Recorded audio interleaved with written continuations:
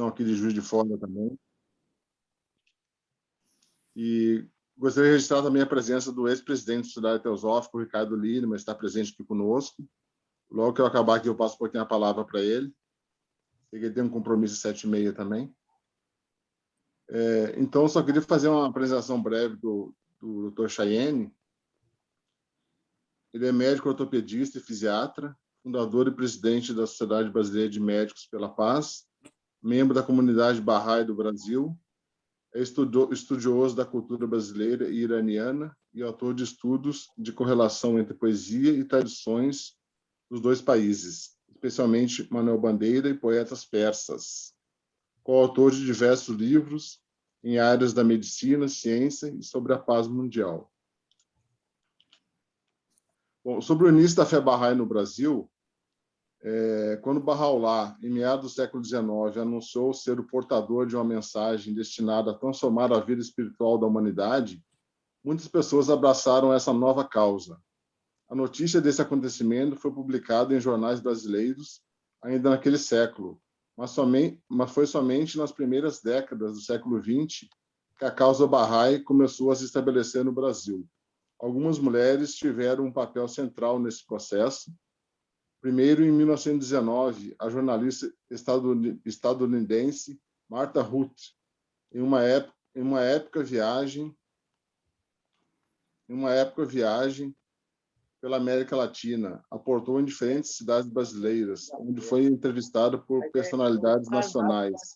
Publicou artigos em jornais e deixou livros Bahá'ís para contribuir com o acervo de diversas bibliotecas. Foi, entretanto, em 1º de fevereiro de 1921, com a chegada ao porto do Rio de Janeiro da jovem estadunidense Leonora Armstrong, que a causa Bahá'í lançou suas raízes mais profundas em solo brasileiro. Dentre os primeiros a responder à mensagem Bahá'í estavam aqueles dedicados a movimentos espiritualistas. Entre eles, destacam-se o Sr. Ângelo Guido Nhoque, jornalista, teosofista, esperantista e artista plástico na cidade de Santos, em São Paulo. Bom, nesse sentido, então, é que alguns teosofistas brasileiros, na época, em 1921, apoiaram o movimento Bahá'í no Brasil, né? Então, uma correlação, uma parceria muito antiga, né? Então, só para não me alongar mais, gostaria de passar a palavra para o Ricardo Lindemann e depois para o Dr. Chayenne. Obrigado. Boa noite, meus irmãos. É, para mim, uma especial satisfação poder ter esses minutos que me antecedem a uma palestra, senão, com certeza, poderia ficar muito mais tempo com o meu querido irmão Farhad Chayenne, mas no Dia do Amigo eu não poderia me excusar de pelo menos dar um abraço e uma calorosa saudação de boas-vindas. E, com certeza, eu contemplo há algum tempo o movimento Bahá'í e acho que as forças do bem hão de triunfar. A aceitação dos Bahá'í com uma filosofia de paz universal é mais do que necessária. Eu confesso me surpreender, às vezes, com as dificuldades encontradas no próprio Irã, mas só posso dar todo o meu apoio e acho que a paz mundial e a luz triunfarão. E gostaria de não me alongar, mas oferecer oportunidade. Então, para o Dr. Farhad Chayenne nos abrir o coração na direção da luz espiritual de Bahá'u'lláh e da paz mundial. Por favor.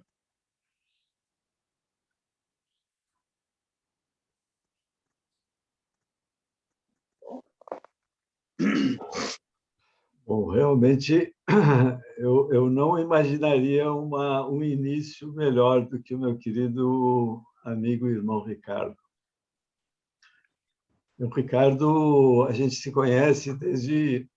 É bom não dizer quanto tempo, não é, Ricardo? Senão a gente parece mais vetusto e velho do que já é. Mas uns bons 35, 40 anos, quando a gente convidou o Ricardo, no bom tempo que nós dois tínhamos cabelo. Agora perdemos o cabelo e perdemos um pouco também o risco de dizer bobagens. Então, o Ricardo é uma pessoa muito querida. Eu tive as primeiras aulas sobre visão teosofista e sobre vários temas místicos e espirituais.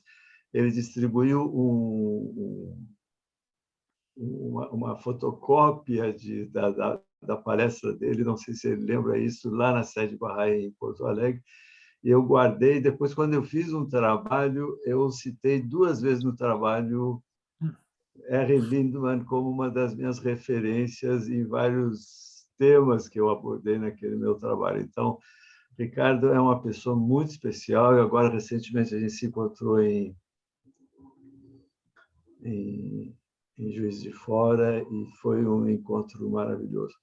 Eu agradeço muitíssimo o convite, é uma honra e um privilégio, viu? Pode ter certeza, e é uma forma de agradecer tudo que os teosofistas fizeram pelos Baha'is no início da fé, há quase 100 anos atrás, como muito bem o querido Sandro explicou.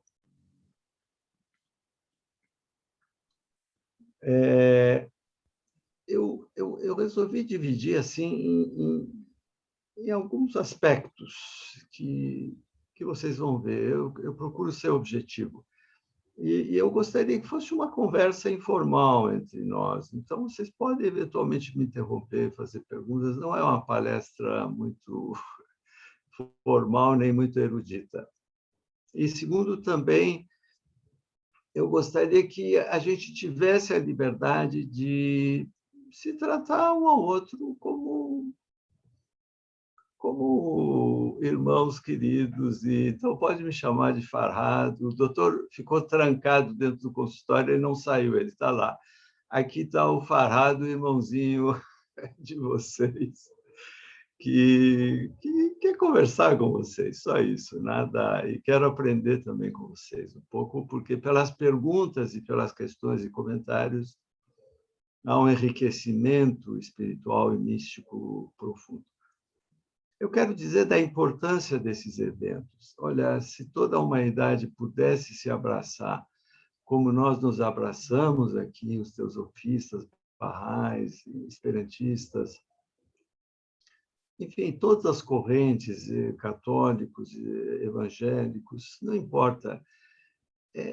O mundo seria tão maravilhoso, tão belo, de tanto progresso humano e espiritual que a gente não pode imaginar. Então, essa estranheza do ser humano, essas barreiras, essas fronteiras entre os seres humanos são realmente uma das coisas mais terríveis, e que são, nós vamos ver agora, à medida que a gente for tratando, são a maior causa dos grandes sofrimentos da humanidade hoje. Tinha que aparecer um vírus danado, que nem é um vírus decente, é um vírus que não é de um DNA, ele é de um meio DNA, é de uma hélice, é um mRNA, quer dizer, é uma porcariazinha vagabunda, um vírus super vagabundo para nos mostrar que as fronteiras não existem.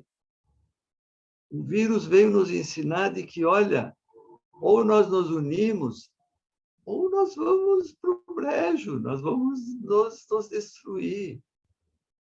As fronteiras entre seres humanos, entre raças, religiões, povos, nações, isso tudo é uma ficção, tudo uma narrativa, é tudo uma bobagem, são todas convenções que nós criamos e nos tornamos reféns, e tornamos prisioneiros dessas fronteiras. E a pior fronteira é a fronteira entre as almas, entre os espíritos dos seres humanos. como é bonito a gente ver pessoas de várias origens puderem estar juntos, com maior boa vontade, com o espírito aberto, com a mente aberta, dispostos a aprender, dispostos a ouvir opiniões contrárias ao que a gente está, sem se apegar às nossas tradições, ou às nossas rituais e às nossas culturas próprias. Então, eu quero dizer do quanto me sinto honrado, privilegiado e realmente feliz por esse convite tão amável e tão gentil da Sociedade Teosófica. Bom, o tema que foi sugerido é realmente uma pequena apresentação de Bahá'u'lláh. É muito difícil a gente falar de Bahá'u'lláh e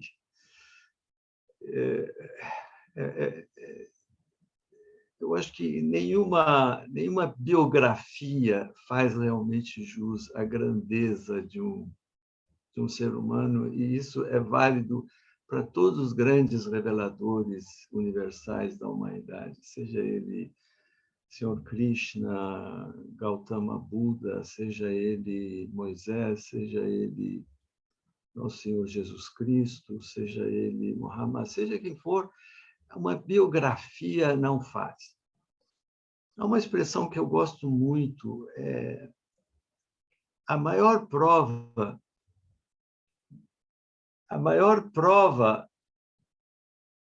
querido Ricardo, ele não vai se despedindo. Muito obrigado, Ricardo, pelas suas palavras tão bondosas, tão gentis.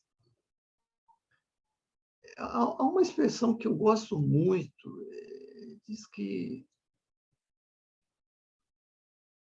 a maior prova do sol é o próprio sol. O máximo que a gente pode fazer é abrir a janela e dizer, olha, lá está o sol. E a pessoa olha e diz, olha, é o sol. Porque qualquer outra biografia ou expressão se perde. Vai dizer o quê? É um disco amarelo que está no céu. Que disco amarelo? Não, mas ele que traz a luz e traz o crescimento, e traz o calor, e traz a realidade, e traz a verdade das coisas, porque é o sol que nos mostra o que são reais e verdadeiras na face da Terra. Também a pessoa não entende. A melhor forma realmente de ver o sol é a gente abrir a janela e dizer, olha lá o sol. Você vai ver todas as qualidades, todos os atributos desse sol. E nós consideramos que Bahá'u'lláh é a realidade suprema, é a revelação suprema de Deus à humanidade para os dias de hoje, e é o sol da realidade. Essa metáfora do sol nós vamos repetir várias vezes. Ele, como todos os seres humanos, como Siddhartha Gautama, como o Senhor Krishna, como Moisés, como Jesus Cristo, todos também eles tiveram um nascimento humano, não é? E ele nasceu na antiga Pérsia, numa família nobre, em que é interessante que ele não teve educação formal, quer dizer, não frequentou escolas. Na época, as escolas eram madraça. Madraça quer dizer escolas teológicas. Ele não aprendeu nada. Isso é muito importante, porque todo conhecimento que veio a mostrar eram conhecimentos inatos. E depois nós vamos ver como isso é uma característica do fenômeno da revelação. E a vida dele é uma vida de dedicação à humanidade. Ele recusou, na juventude, de ocupar a posição de ministro do Shah do Irã, do Shah da Pérsia, do rei da Pérsia, do imperador, de um vasto império, e governador de uma das províncias de maior opulência, de maior progresso, maior riqueza. Ele recusou-se, e a vida inteira dele ele dedicou a cuidar dos pobres, dos necessitados, e numa época que a ecologia e o ambiente não estava na moda, ele cuidava da natureza e apreciava e convidava as pessoas a proteger a natureza.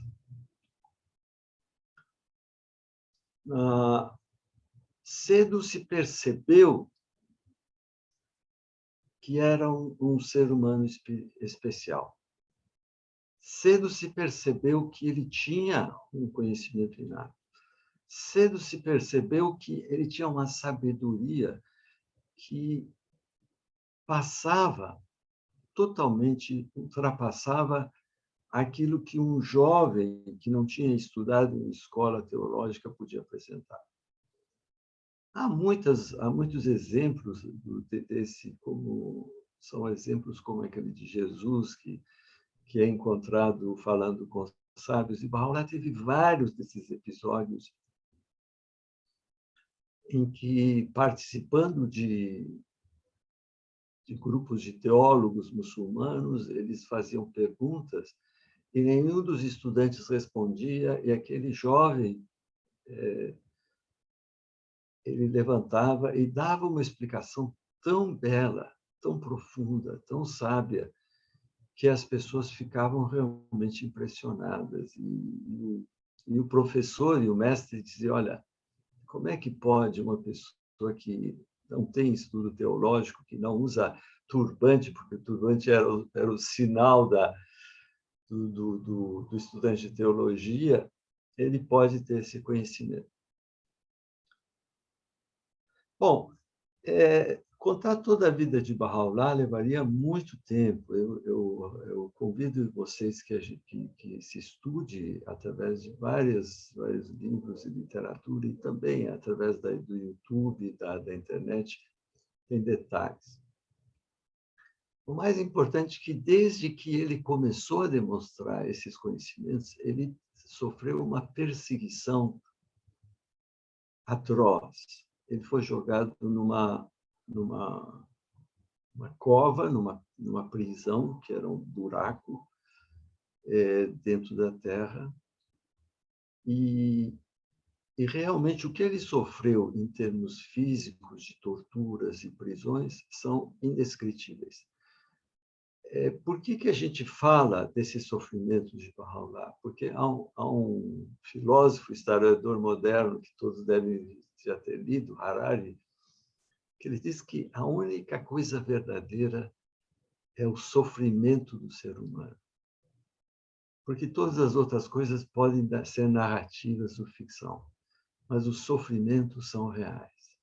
E Baha'u'lláh sofreu enormemente, foi despojado de todos os seus bens, e foi nessa primeira prisão, nessa masmorra, que ele teve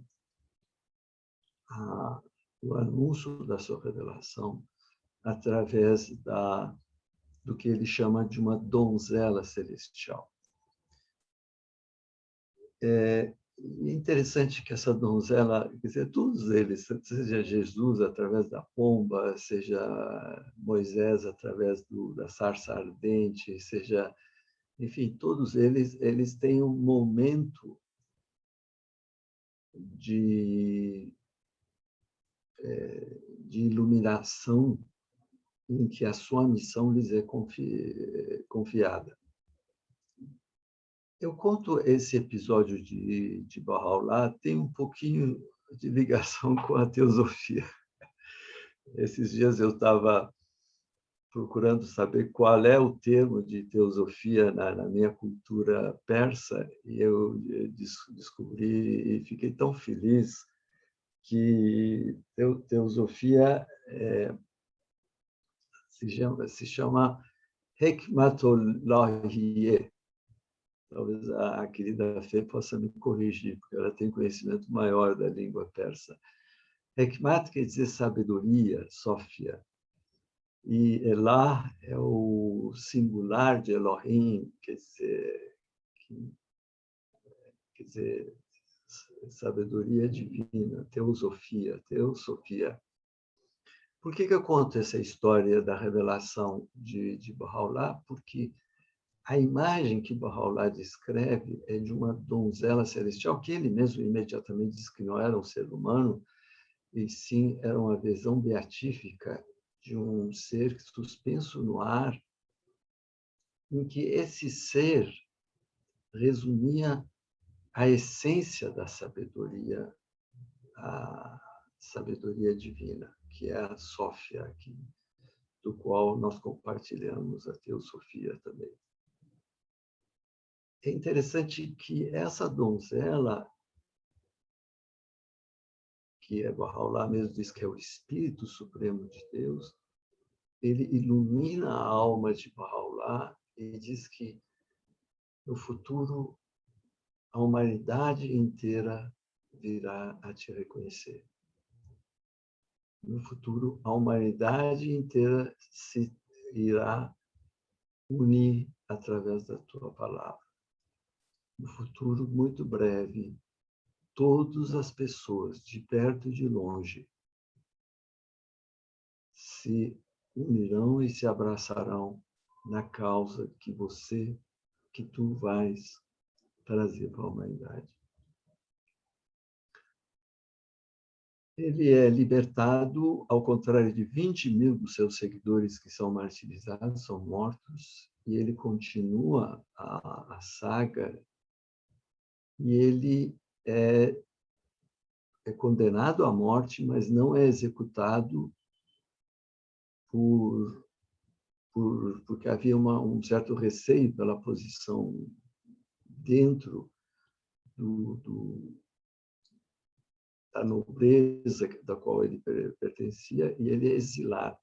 E esse exílio dele se perpetua, e antes dele ser exilado, ele passa por provações enormes, que eu não vou entrar em detalhes,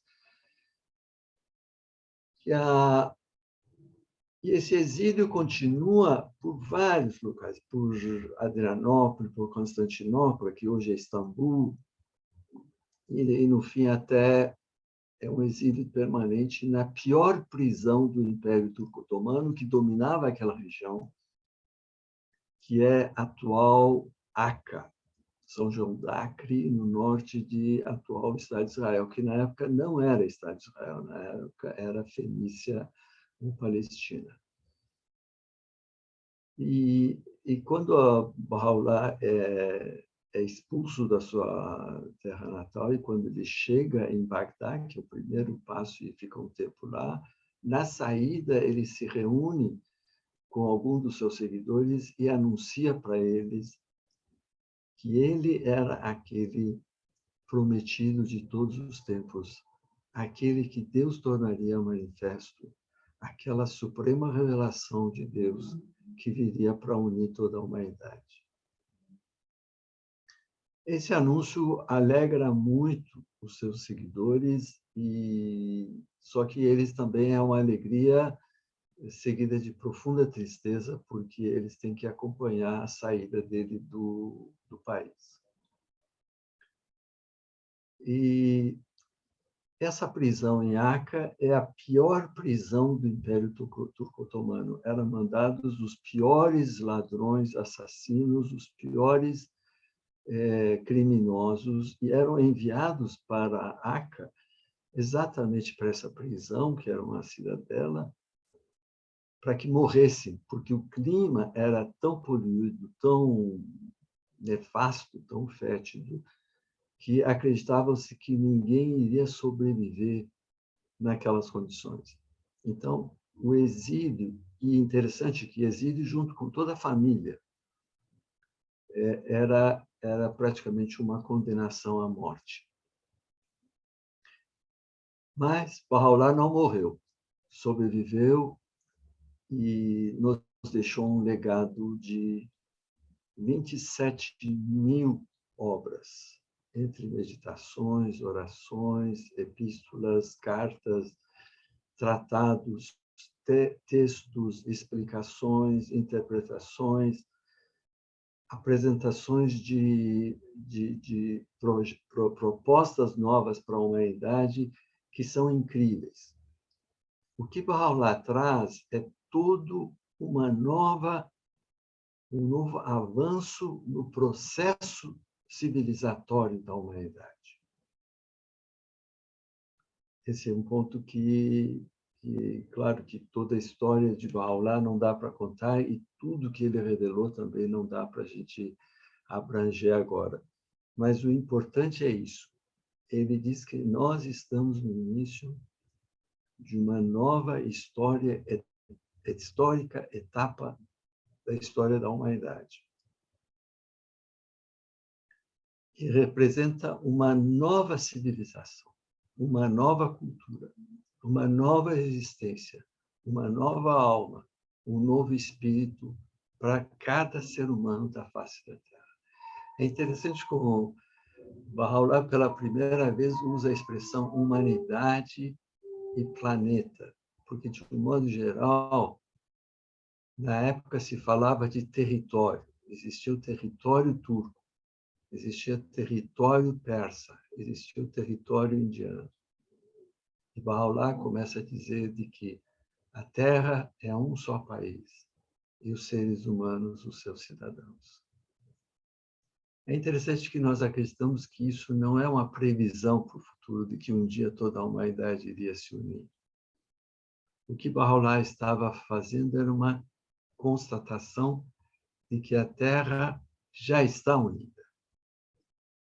A unidade do gênero humano, a união de todos os povos, não é um projeto de boa vontade ou de esperança, quem sabe, talvez, um dia não. Baha'u'lláh afirma que essa é a realidade do que existe. A Terra já é um só país e os seres humanos, seus cidadãos.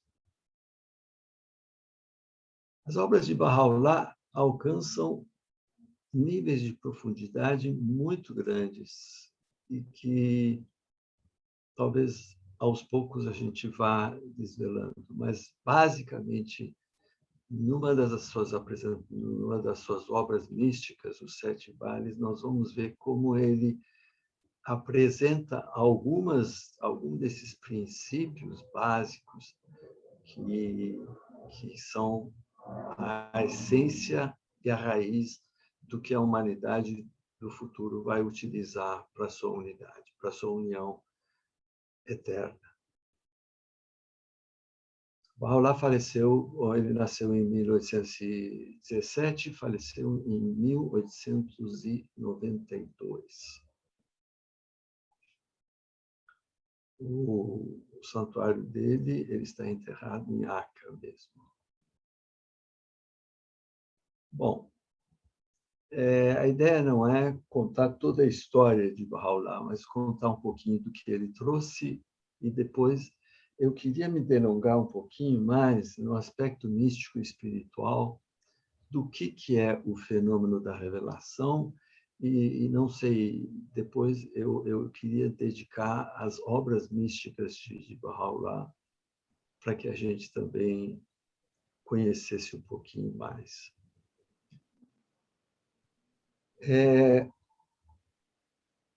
Baha'u'lláh, ele diz que Deus jamais abandonou a humanidade.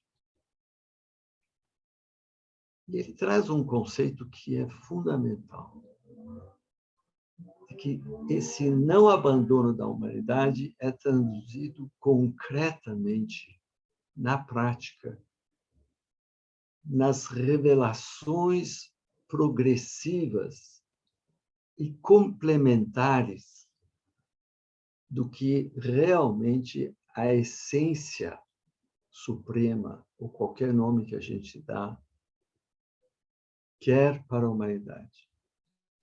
Então, para cada etapa do crescimento da humanidade, havia necessidade de uma revelação. E essas revelações se sucederam desde, vamos dizer, épocas imemoriais e algumas que se perderam por falta de registros históricos. Mas Baha'u'lláh diz que todos os povos e toda a humanidade sempre tiveram uma revelação suprema. Os que ficaram na história porque houve registrado, nós podemos citar a revelação de de Zoroastro, de Krishna, de Moisés, de Jesus Cristo, de Muhammad e agora de Bahá'u'lláh. Mas essas revelações, Bahá'u'lláh diz, não são diferentes uma da outra.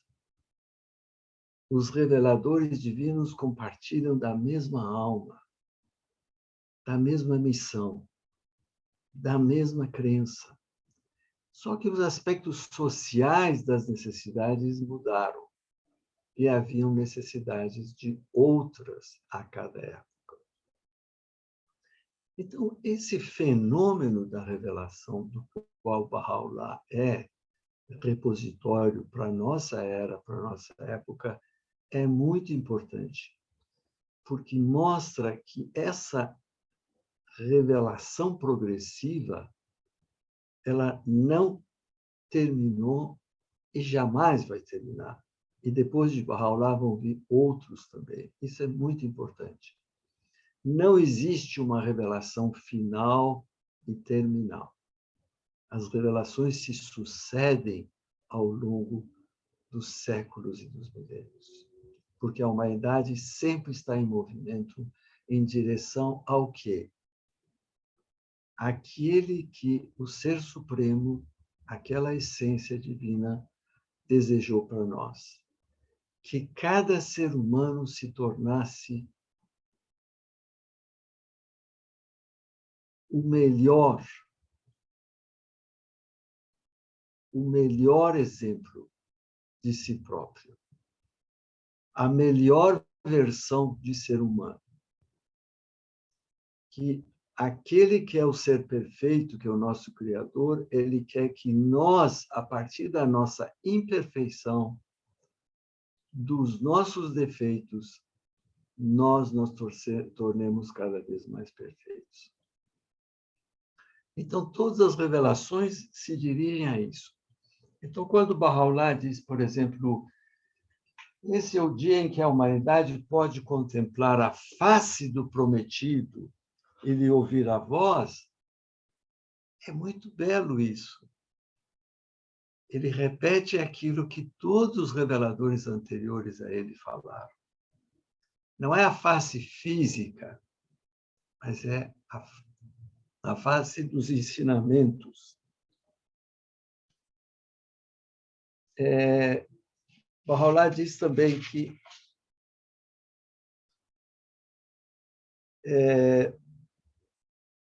o objetivo da justiça é fazer aparecer entre os homens a unidade. Porque Deus, na sua misericórdia, conferiu tal abundância que a todos satisfará. Estou apenas citando algumas frases. Bahá'u'lláh diz, em cada era, a luz da guia divina se tem focalizado em um tema central. Nesta admirável revelação, nesse século glorioso, a base da fé de Deus, a característica distintiva da sua lei, é o reconhecimento e a adoção da unidade do gênero humano. Assim como para Moisés, as leis e os mandamentos da justiça eram fundamentais, para Jesus, o amor, a misericórdia e a bondade divina, que era refletido no próprio amor dele. Bahá'u'lláh, os ensinamentos todos são dirigidos para o estabelecimento da unidade, da unicidade no sentido de que a nossa origem é uma só. E que toda a revelação é salvaguardar os interesses e promover a unidade de toda a raça humana. Essa época, esse é o dia que os mais excelentes favores de Deus emanaram. E Bahá'u'lláh promete, breve será a presente ordem mundial posta de lado e uma nova se estenderá em seu lugar.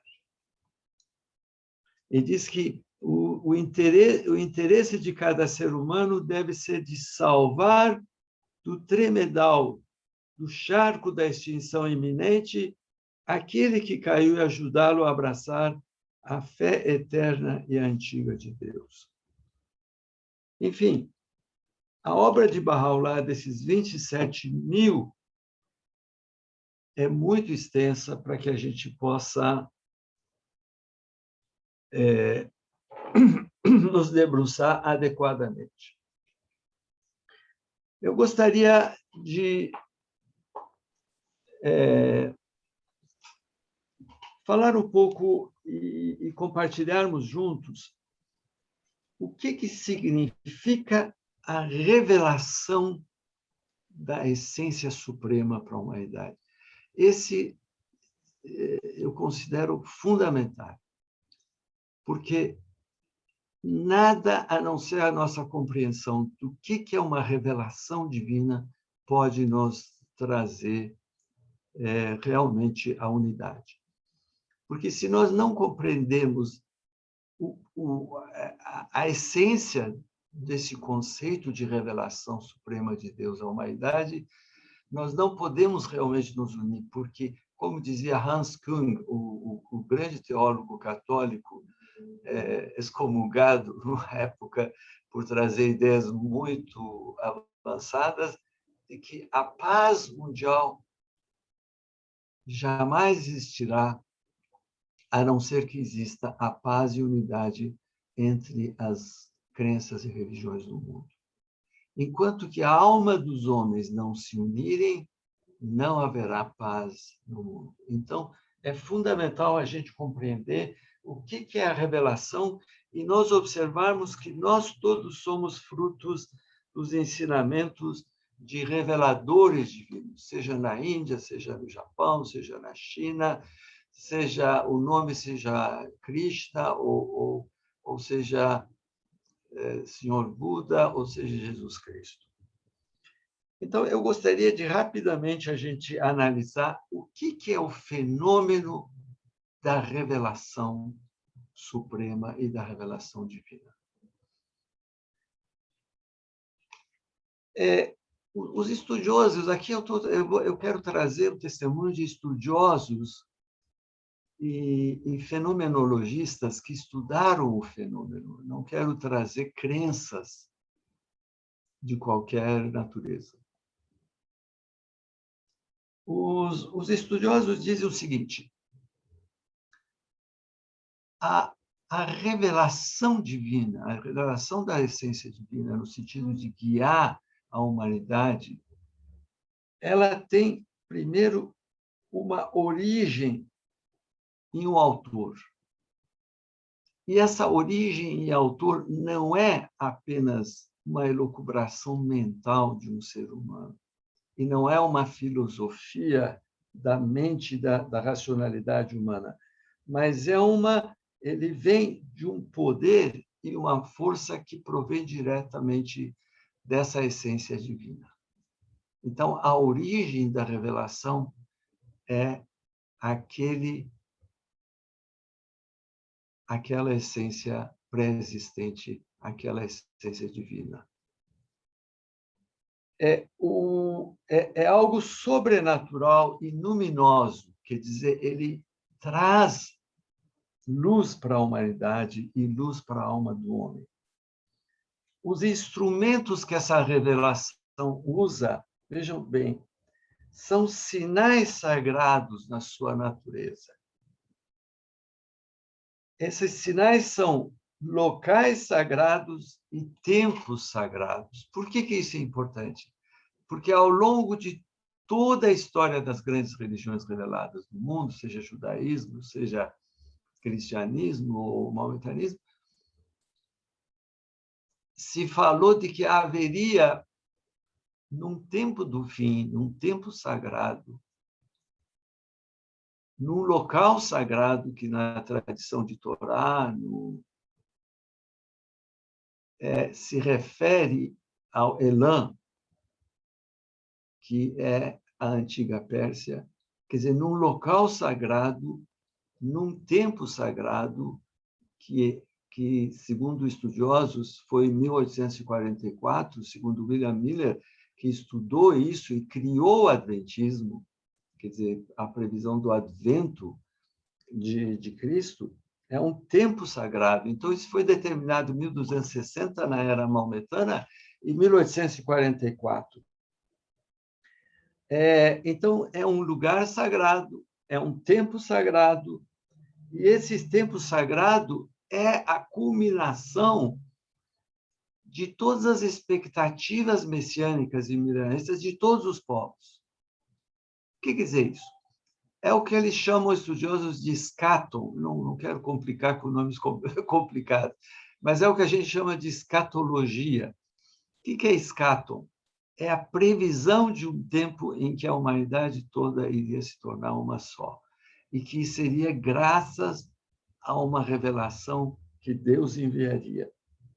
Então, esse escatom, ele vem através das palavras e dos livros sagrados que essa suprema revelação vai trazer.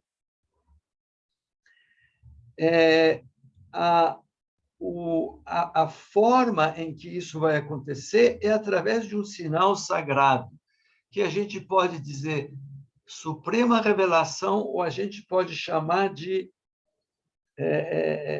teofânia ou parousia. Isso, na tradição cristã, é parousia, quer dizer, é Deus falando através de um ser humano a sua vontade e tudo.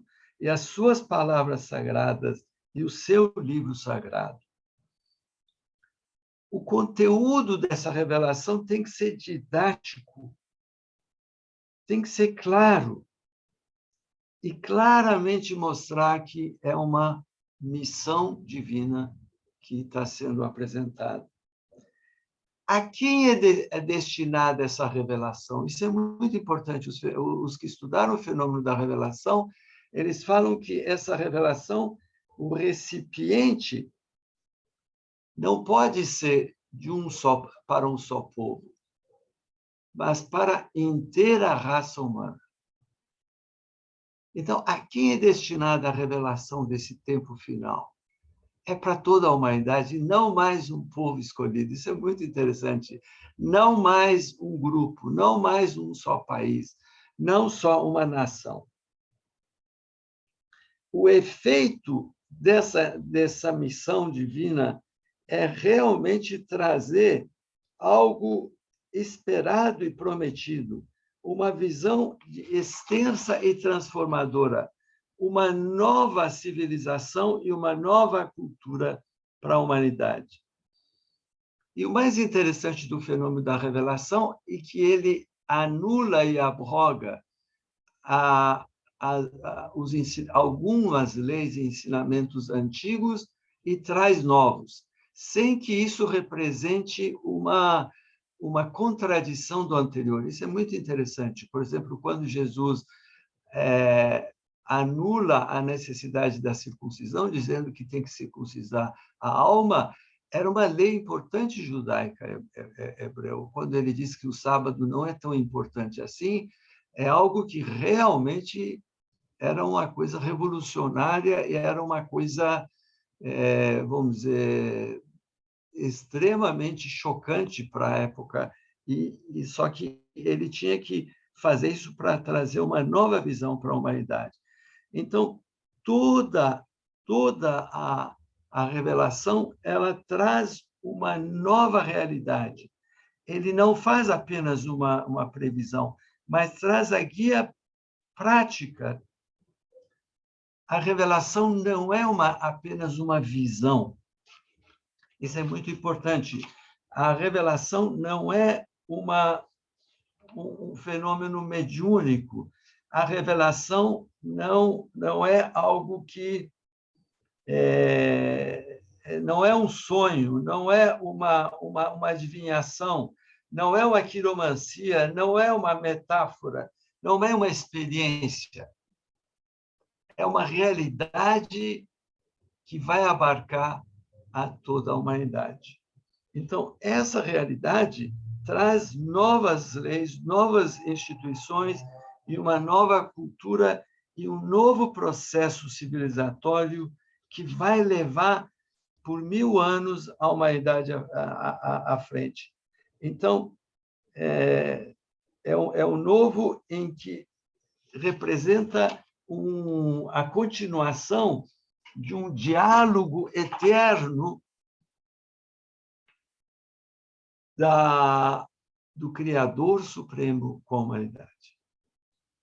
Se nós recusarmos a reconhecer a sucessividade e a progressividade da revelação, nós estamos negando o diálogo que ele quer conosco. Estamos dando as costas para esse diálogo.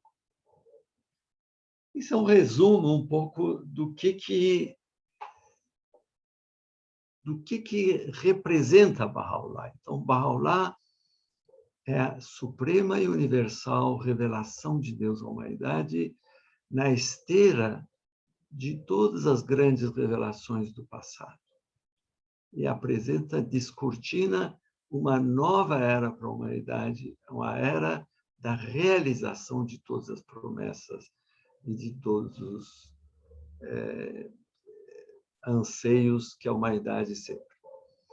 E certamente, como vocês veem, a unidade do gênero humano é a base e o pilar mestre. E cada vez nós vemos que nenhum dos grandes problemas da humanidade pode ser solucionado senão através da unidade do gênero humano. Eu apenas vou citar algumas das coisas, não vou me delongar, mas os grandes problemas de migração que nós vemos não se resolverão se não houver a unidade do gênero humano. Os grandes problemas de pandemia não se resolverão quando não houver a unidade do gênero humano. Nós apresentamos um trabalho que mostramos que no mundo em que existisse a unidade e uma estrutura de ordem administrativa com legitimidade e autoridade, não haveria pandemia. Os graves problemas de riqueza e pobreza não se resolverão enquanto não houver a unidade do gênero humano e a utilização dos recursos do planeta para toda a humanidade. Os graves problemas raciais não se resolverão a não ser. E continuará a haver passeatas de Black Lives Matter e vidas negras importam enquanto não houver a unidade e a compreensão da unicidade do gênero humano. Os graves problemas das armas nucleares e armas de destruição em massa não se resolverão enquanto não houver um novo processo civilizatório com a unidade e a unicidade de todas as nações e de todos os povos.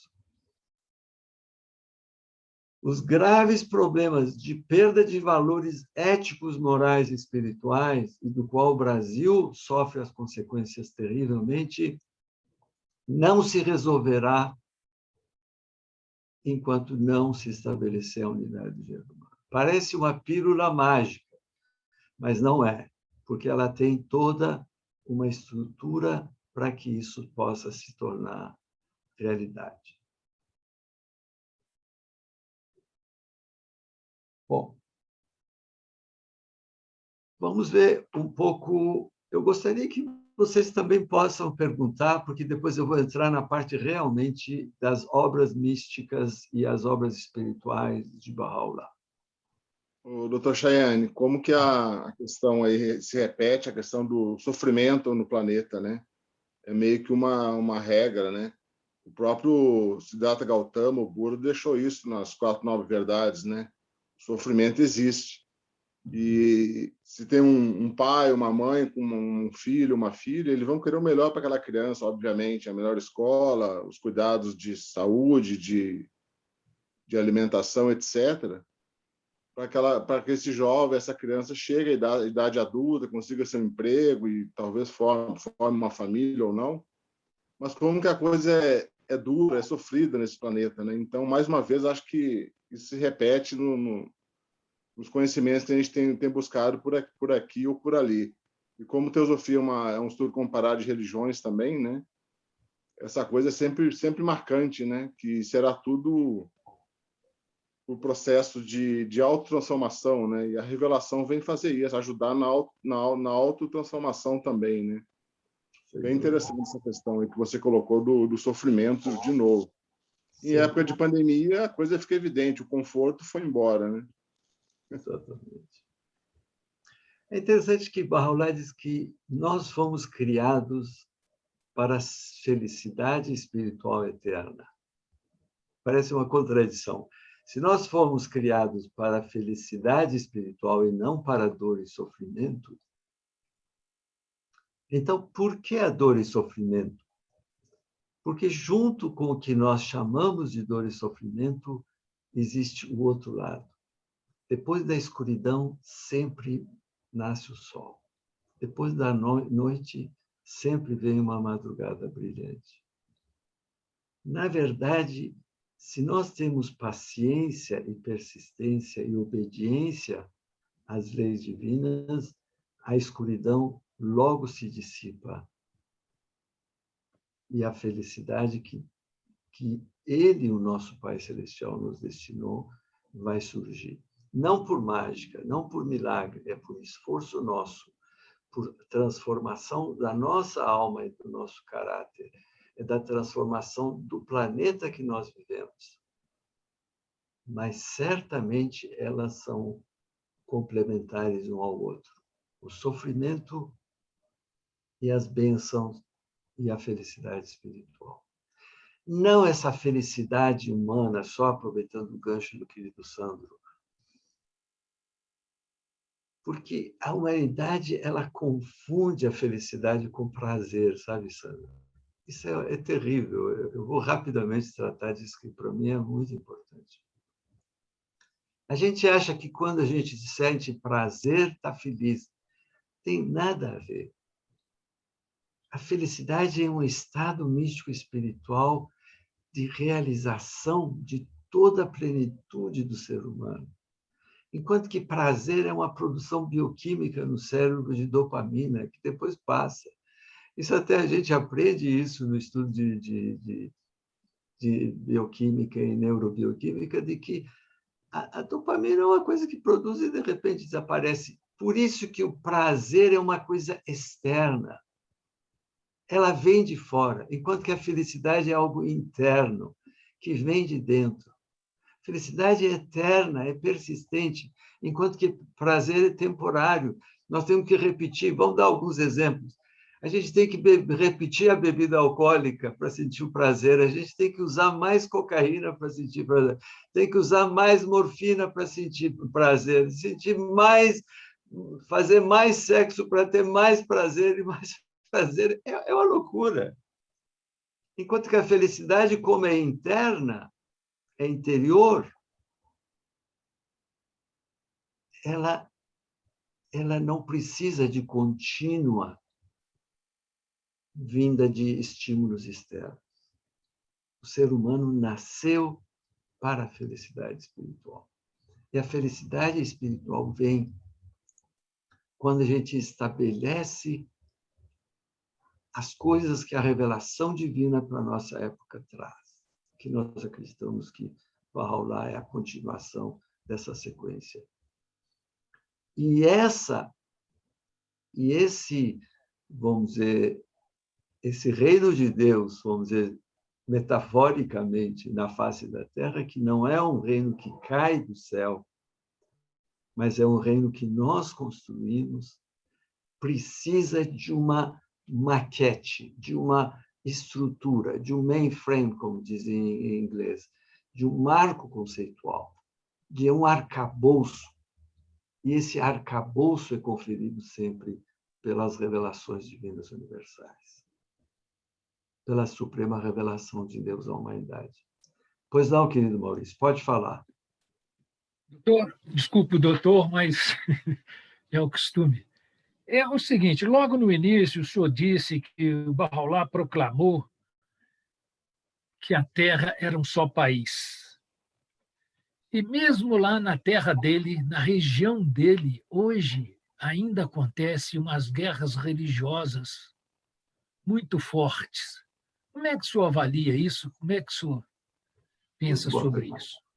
Muito boa pergunta. Bahá'u'lláh explica que a luz sempre surge onde a escuridão é maior. É interessante isso. Um dos piores lugares que a gente podia imaginar no primeiro século do cristianismo era aquela região de Galileia e Jerusalém. Mas, vice querido, era o pior lugar.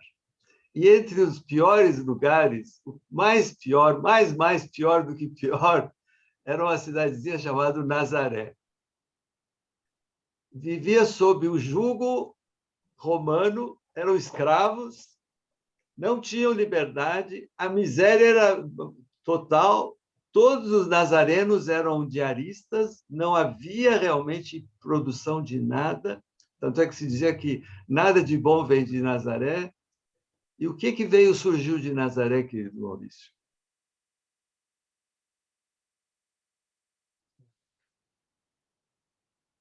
Eu remeto a sua pergunta para os cristãos. Por que na própria terra Cristo não ajeitou aquilo lá? Não, ele não vem para a terra dele, Maurício, querido. Ele vem para a humanidade e vem do lugar mais obscuro, mais atrasado, mais miserável, de maior guerra, de confrontos, de disputas políticas, de corrupção. Ele vem consertar o mundo a partir do pior da humanidade. Aí o Maurício poderia dizer, estou mexendo com você, Maurício, querido, mas não, só para estabelecer essa relação de amizade entre nós. Alguém poderia dizer, não, mas por que não apareceu lá em Londres, junto com o Palácio de Buckingham? Aí anunciava, lá, opa, a revelação se deu aí. Ou por que não apareceu em Nova York? Pô, Nova York, cara, Nova York que é o chique. Ou Disney World, que sabe, né, Maurício? Mas não, eles aparecem no pior lugar. Onde é que Buda apareceu? Aquela região de Tibete era o fim da picada.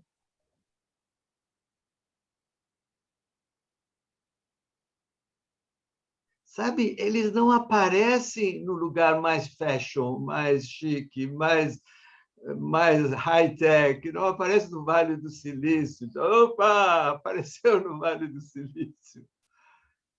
Aparece nos piores lugares, claro. Mas a luz que eles iluminam, que eles emitem, irradia para toda a humanidade. Ele não veio para consertar a Pérsia e o Irã. Inclusive, ele previu que iria haver todas as coisas que estão acontecendo hoje. Perseguições, destruição, corrupção, governos tirânicos, tudo isso foi previsto. Então, isso é muito importante. Isso é um dos marcos da revelação suprema. Não é uma filosofia antropológica ou filosofia sociológica, de dizer, olha, vamos ver.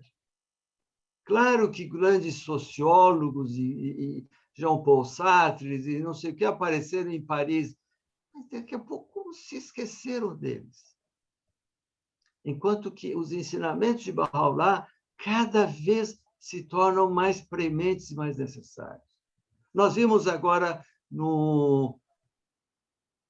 na pandemia do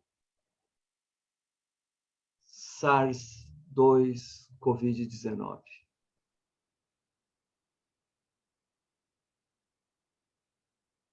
Isso não é teoria, Maurício.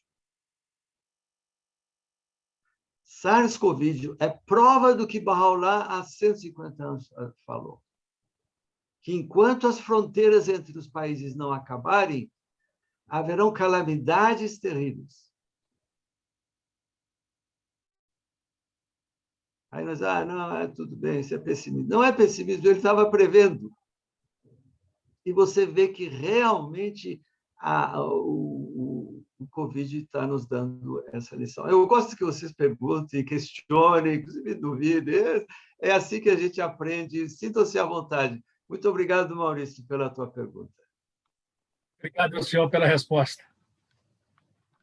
Posso fazer uma observação? Claro. O senhor mencionou na en passant o livro Sete Vales, né? Isso. Os Sete Vales de Bahá'u'lláh parece-me que é inspirado no livro do Attar, né? A Linguagem dos Pássaros, que também fala em Sete Vales. Só que parece-me que foi escrito quando Bahá'u'lláh ainda se considerava um derviche, não é isso? O querido Oswaldo, eu vou tratar em profundidade esse tema da linguagem dos pássaros, da Conferência dos Pássaros, do Cântico dos Pássaros de Attar, e eu vou dizer o que é o nome do Attar.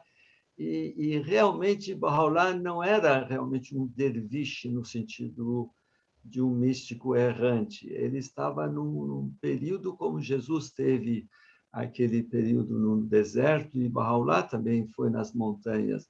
Mas eu vou voltar, Oswaldo. Espera um pouquinho, nós vamos entrar no livro do Attar, nós vamos tratar do Linguagem de Pássaros. É a parte mística que o querido Sandro pediu, eu deixei um pouquinho para depois. Isso tudo aqui no início é um pouco vamos dizer, a entrada do prato. Depois nós vamos ter prato de fundo e depois vai ter sobremesa. Então, o prato de fundo vai ser esses temas místicos. Pode, mas a tua pergunta é muito, muito pertinente, muito válida. Ok, obrigado. Aqui eu estou apresentando Bahá'u'lláh e o fenômeno da revelação. Depois nós vamos ver Palavras Ocultas, que é a grande obra mística, os Sete Vales, os Quatro Vales, e tudo que Bahá'u'lláh traz, e como Bahá'u'lláh realmente muda a compreensão do livro de Attar. Eu vou falar um pouquinho sobre Attar, vou contar umas historinhas interessantes sobre Attar.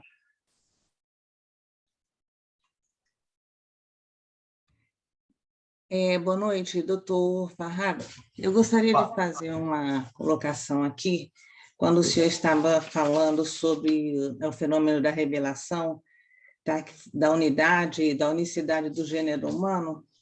E aí, o senhor estava falando e veio em mente assim, as barreiras, né, que a humanidade passa, né, esse processo é um processo lento, né, eu digo até assim, doses homeopáticas, e eu vejo assim como barreiras o preconceito, a imaturidade espiritual, né? E é lógico que a gente não deve perder a esperança, nunca perder a esperança, que isso é um processo, mas eu sinto que esse processo ainda falta muito para a gente conseguir alcançar essa unicidade. Sem dúvida. Não é uma tarefa fácil, Rosângela, querida. Eu acho que você tem toda a razão. Se a gente dissesse que é uma coisa rápida e que já está tudo à mão, não seria verdade. Só que é um processo que tem que acontecer e vai acontecer, e nós temos os instrumentos para que ele aconteça, como nunca na história da humanidade. Na época de Jesus, não havia tantos países. Os países que se conheciam eram o quê? Era a Anatólia, era Israel, era Judá, era... Paulo ampliou um pouquinho com a Grécia e Roma e tudo, mas o que era? Bahá'u'lláh fala da humanidade, fala do mundo, fala do planeta.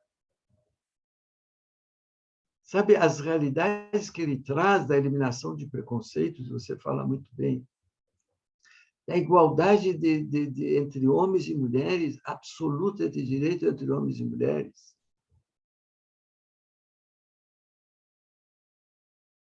Quando Bahá'u'lláh fala de como eliminar os extremos de riqueza e pobreza, como estabelecer o desarmamento mundial e estabelecer a paz, quais são as instituições que vão garantir, não é uma vontade teórica ou um sonho mirabolante. São instrumentos práticos que nós podemos alcançar. E nunca na história da humanidade nós não tivemos tão próximos e tão possível que isso seja. Isso não é uma utopia. O que nós estamos vivendo que é uma distopia. O que Baha'u'lláh traz é uma utopia, que é a verdadeira posição da humanidade do ser humano. Não uma utopia fantasiosa da cabeça de alguém. Então, o Rosângela está tocando um aspecto muito importante, que não é fácil, mas nada é impossível para a humanidade. Como o Sandro tocou muito bem, quer dizer, a possibilidade da alma humana de se autorrealizar é infinita. Nós não podemos ser pessimistas quanto a isso. Eu queria que a querida Raquel me dissesse quanto tempo eu tenho, porque se eu começar a falar, eu fico até de madrugada, porque eu quero entrar na parte mística espiritual que o Sandro pediu. Vocês querem um intervalo? Não sei como é que é o esquema dessas apresentações públicas. A nossa reunião costuma ir até 8h30. Então, agora são 8h16. Uau! Não teria muito mais tempo. Pelo amor de Deus. Você tinha que ter me avisado. Desculpe, eu achei que o senhor soubesse, mas... Qual é a margem de tolerância, Raquel? Não me castiga. Qual é a margem de tolerância? Mas eu quero te deixar à vontade, deixar o senhor à vontade, porque sempre quando a gente tem reunião e as pessoas querem ficar mais um pouco, quando dá 8h30, a gente faz uma pausa e diz para as pessoas, né, deixa as pessoas à vontade que precisam ir, e a gente continua. Então, aí ficam as pessoas que podem, e depois elas assistem o vídeo, né, que está gravado, a gente vai deixar gravado. Então, eu quero deixar à vontade, porque está muito lindo, e eu estou muito curiosa, com vontade de saber todos esses... sobre a obra mística de Baha'u'lláh, que é maravilhosa, maravilhosa. Tanto Palavras Ocultas, quanto os 7 Vales, quanto os 4 Vales, quanto tudo aquilo realmente de espiritualidade profunda Baha'u'lláh trouxe. E parece que o Humberto quer falar, né?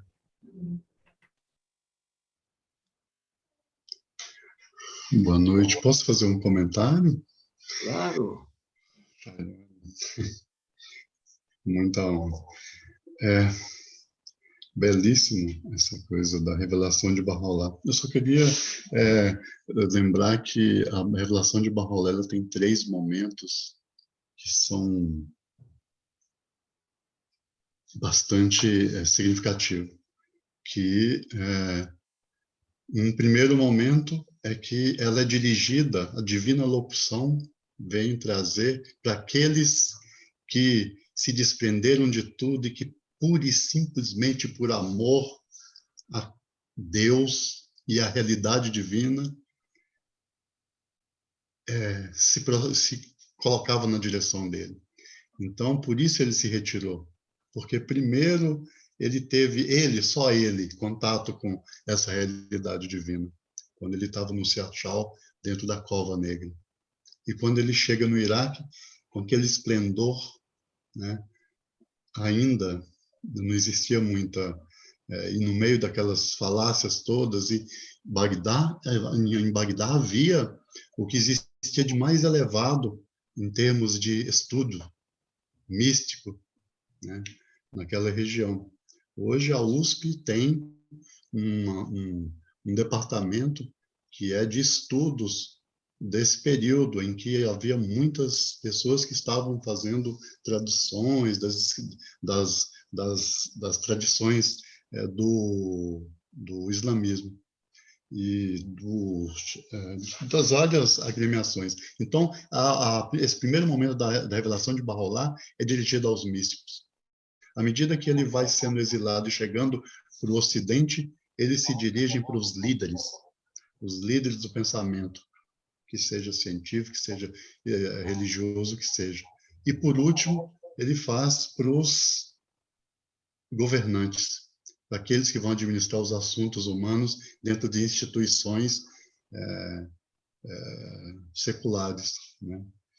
E depois que ele faz toda essa coloca a elocução divina dirigida, cunhada em palavras, em epístolas e mais uma série de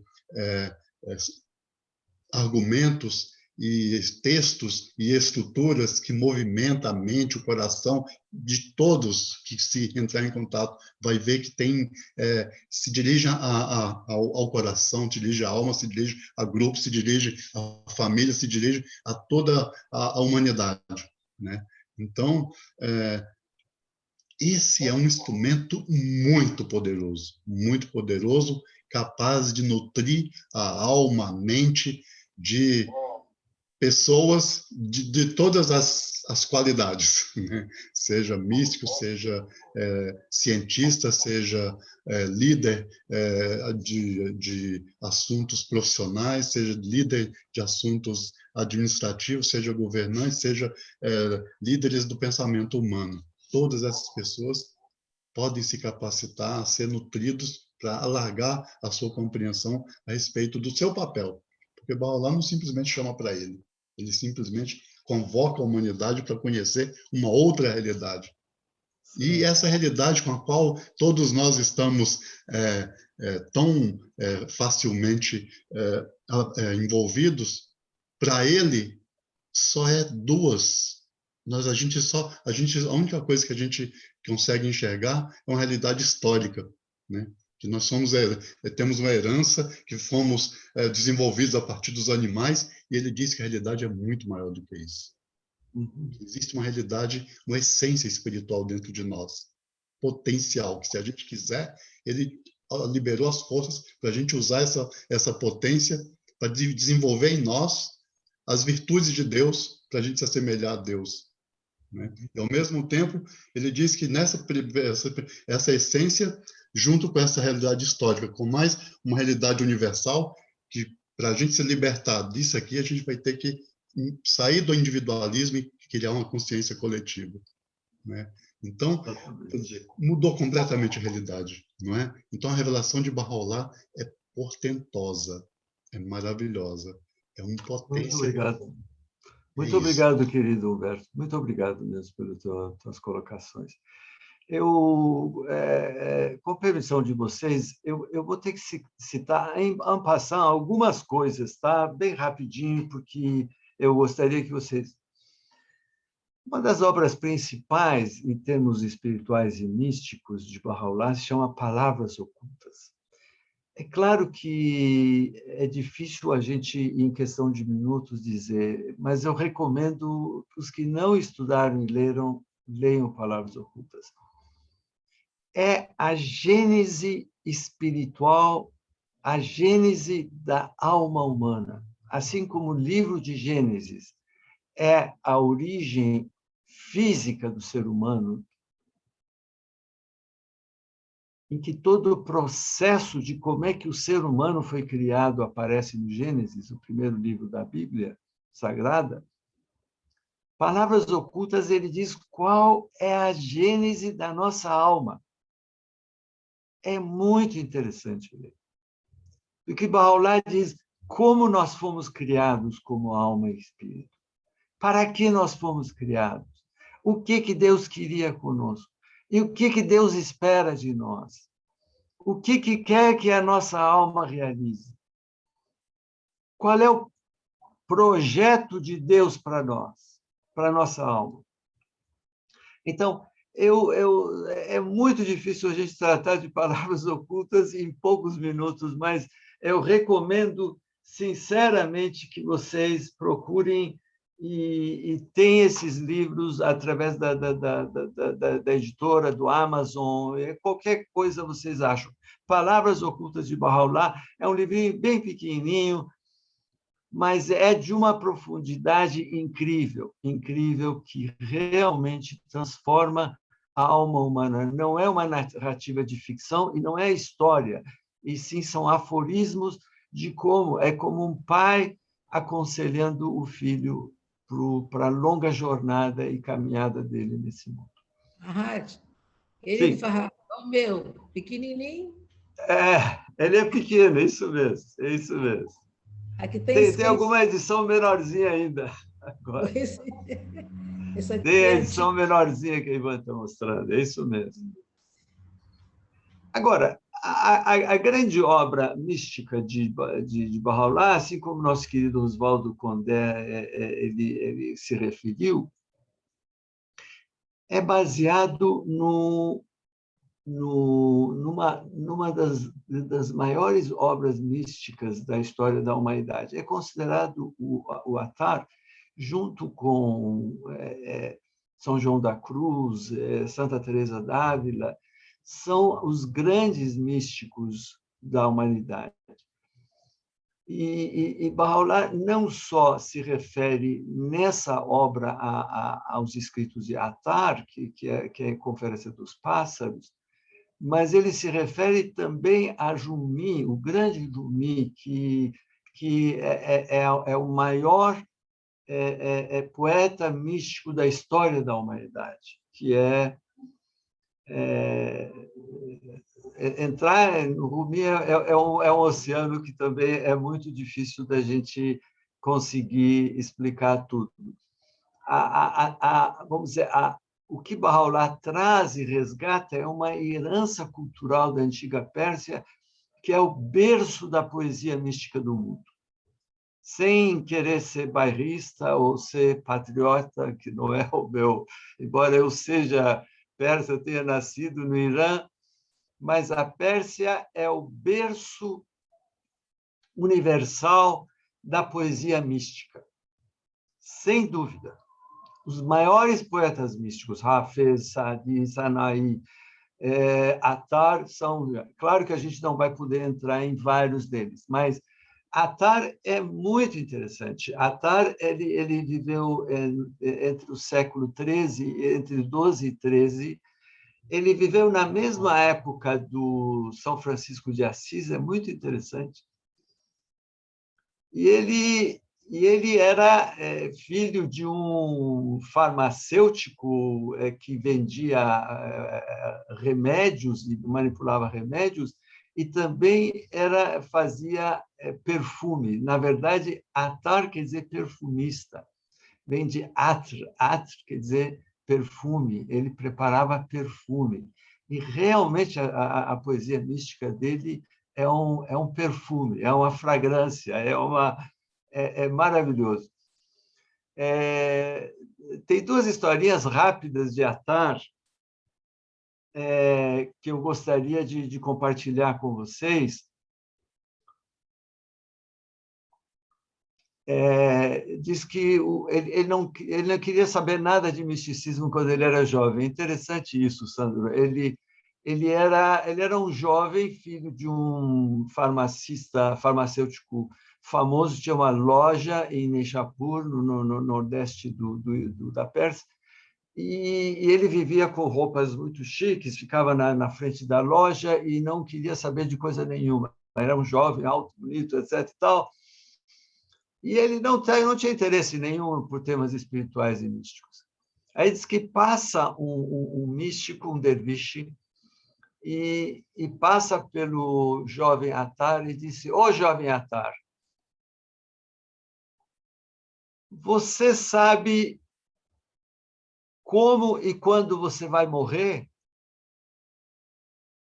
Aquele jovem, no fulgor da juventude dele e da vaidade e tudo do orgulho dele, fica profundamente ofendido e diz: "Ó, seu velho idiota, o que você está dizendo? Quem é você para dizer isso? Como é que você ousa falar isso de mim, que eu sou um jovem e tudo mais? Por acaso você sabe como e aonde você vai morrer?" Aí diz que o místico ele deita no chão, coloca o único pertence dele, que era um cascudo. Cascudo é uma coisa que eles levavam, as únicas riquezas dele era debaixo da cabeça, fecha os olhos e morre. o Attar fica muito impressionado, porque ele vê que aquele homem tinha o dom de saber quando e como iria morrer.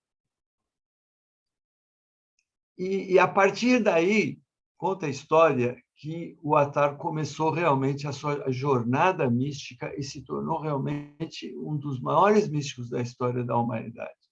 Então, ele abandonou todas as vidas de luxo e tudo que ele tinha e realmente se dedicou.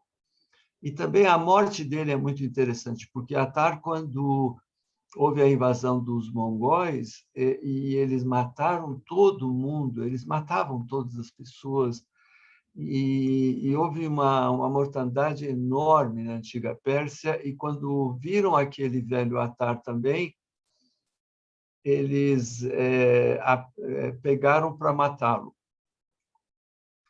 Aí um rico mongol chegou e disse: eu ofereço 1000 moedas de ouro para que vocês libertem esse homem. E o Attar disse: não, não, de jeito nenhum. E aquele soldado que tinha prendido ele acha que ele está dizendo: puxa, você vai conseguir uma oferta melhor por mim, porque geralmente se comprava a liberdade das pessoas com dinheiro. E aí não apareceu ninguém, de repente aparece um velhinho com um monte de palha seca na mão e diz: ofereço palha seca pela liberdade desse homem. Aí o Attar disse: vende para ele, ele sabe o quanto eu valho. Vocês estão percebendo a sutileza mística, a ausência do ego? A ausência do ego. Nós vivemos numa sociedade em que o ego é tão forte que a gente diz: não, claro que eu sou maioral, eu sou bom, eu mereço muito, eu valho muito, eu tenho que ser presidente, eu tenho que ser isso, meu. E ele dizia: não, vende para aquele cara que está oferecendo um pedaço de pão. Ele tem várias obras, Attar, mas o mais famoso dele é o Cântico dos Pássaros, ou a Linguagem dos Pássaros, ou a Conferência dos Pássaros, em que ele faz uma metáfora da busca espiritual por aquele... É muito interessante. Eu vou chamando a atenção de vocês para o simbolismo metafórico, senão a gente não entende. A beleza mística espiritual está nos simbolismos, tá, pessoal? Tem nada a ver. Isso aí não é narrativa histórica nem nada. Isso aqui é uma obra de ficção mística, em que os pássaros dizem: puxa, todo mundo tem rei menos nós, então nós vamos atrás do rei. Eu acho que essa história, mais ou menos, vocês já conhecem, ou talvez o Oswaldo Condé já saiba muito bem também, que já leu. Aí o que acontece? Eles dizem... E aí a polpa... É interessante a polpa. A polpa, eu tive olhando no dicionário Wise, é um pássaro migratório. Por isso, a ideia de que a polpa é o que leva e conduz os outros pássaros na sua jornada. Olha só que bonito isso. A polpa diz: olha, eu sei que existe um pássaro mitológico que é o simorgh. Simorgh é uma ave mitológica do maior poeta, é o Camões da Pérsia, que é Ferdowsi, é o Homero da Ilíada da antiga Pérsia, que ele relata toda a epopeia da antiga Pérsia. E Ferdowsi fala desse pássaro que tem asas enormes. As asas estão tão grandes, claro que é mítico, é mitológico, não existiu de fato, que as asas estão que podem esconder o sol, olha só. E ele diz: olha, eu sei onde é que o simorgh se esconde, está numa cadeia de montanhas de Hof que circunda toda a Terra. Só que para a gente chegar lá, nós temos que atravessar dezenas de cidades, dezenas de desertos e montanhas e vales até chegar. É muito difícil. E quem chegou até lá nunca voltou para contar a história.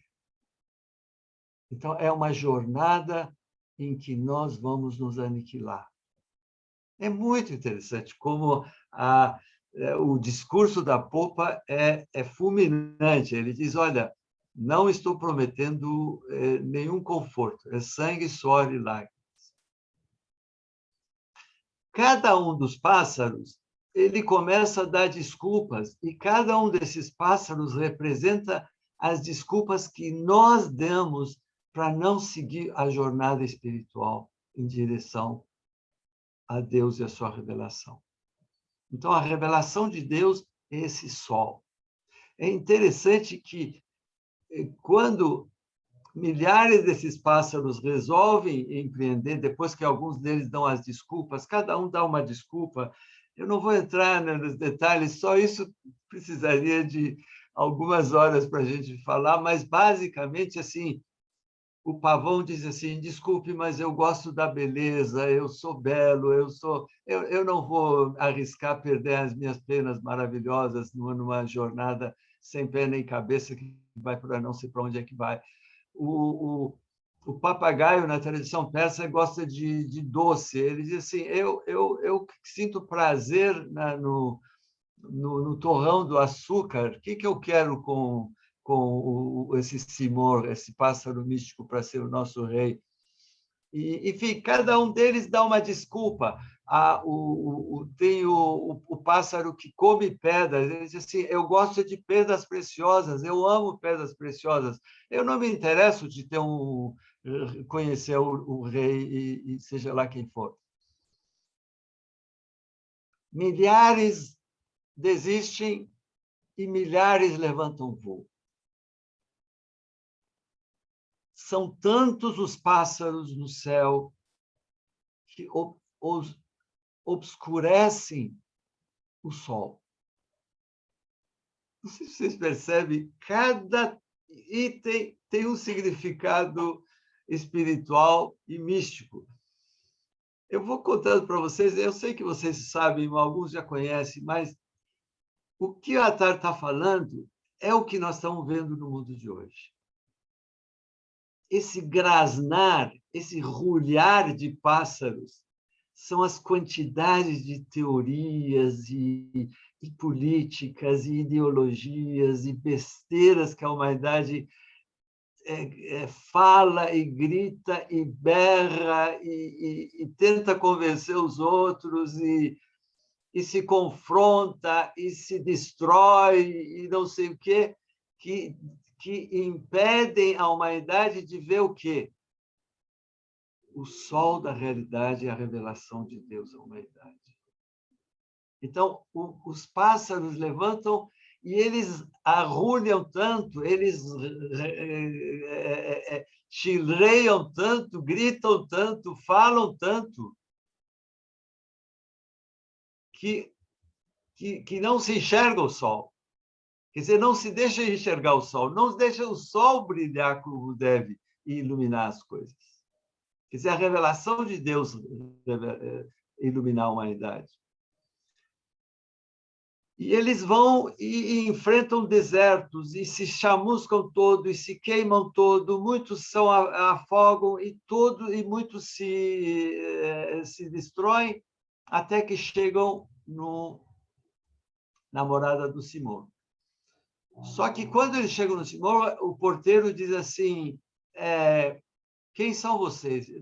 Não, nós somos os pobres, pássaros todos queimados e tudo, e começam a gemer e se lamentar. Ele diz, olha, o umbral, o portão do Simor não é lugar para lamentação e para gemessão. É lugar de alegria e felicidade espiritual. Aí eles dizem, meu Deus do céu, mas nós viemos até aqui, como é que nós vamos ter? Nós viemos pelo amor ao Simor. Aí tem a história das borboletas, que uma das borboletas diz, eu vou, e ele vai e se joga no fogo do amor de Deus e é destruído. E eles também aceitam serem destruídos e aniquilados, eliminados, porque o Papa tinha dito que o destino final deles seria esse aniquilamento. Então, vocês veem que, enquanto a gente não aniquilar o nosso ego, o nosso eu, o nosso meu, minha, nós não alcançamos o amor divino. Então, quando eles chegam no Simorgo, o mais interessante é isso. Eles veem que, e 30 deles chegam na presença do Simorgo. Na língua persa, 30 é si. Mor quer dizer pássaro. Eles veem que o Senhor está refletido neles mesmos, na alma deles.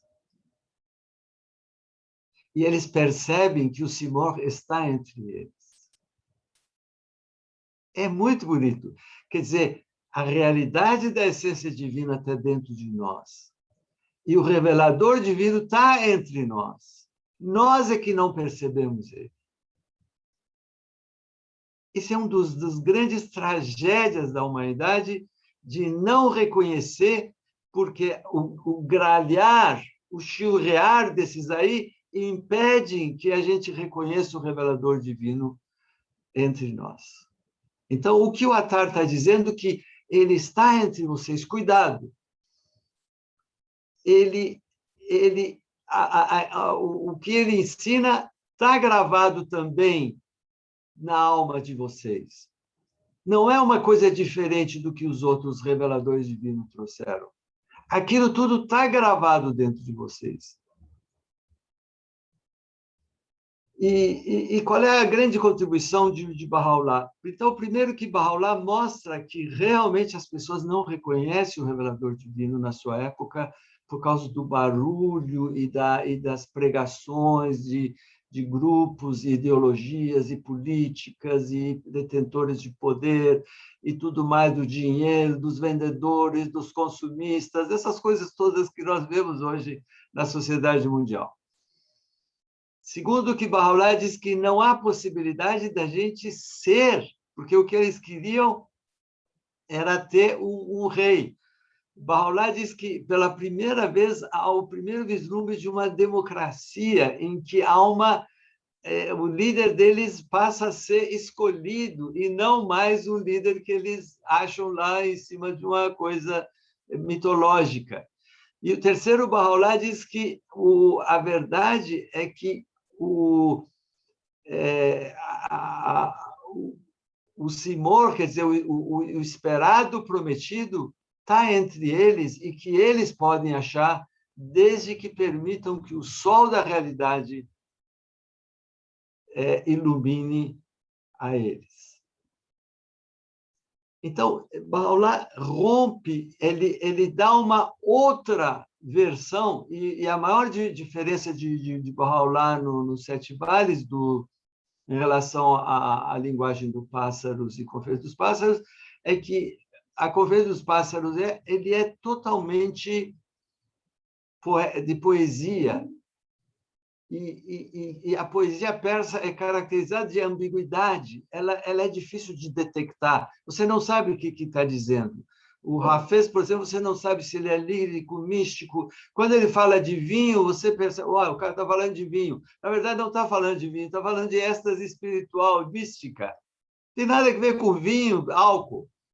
Quando ele fala da noite, está dizendo a época de escuridão que a humanidade, aquilo que o Maurício chamou a atenção da decadência, que prevê a vinda da alvorada. Então, tudo é metafórico, é simbólico.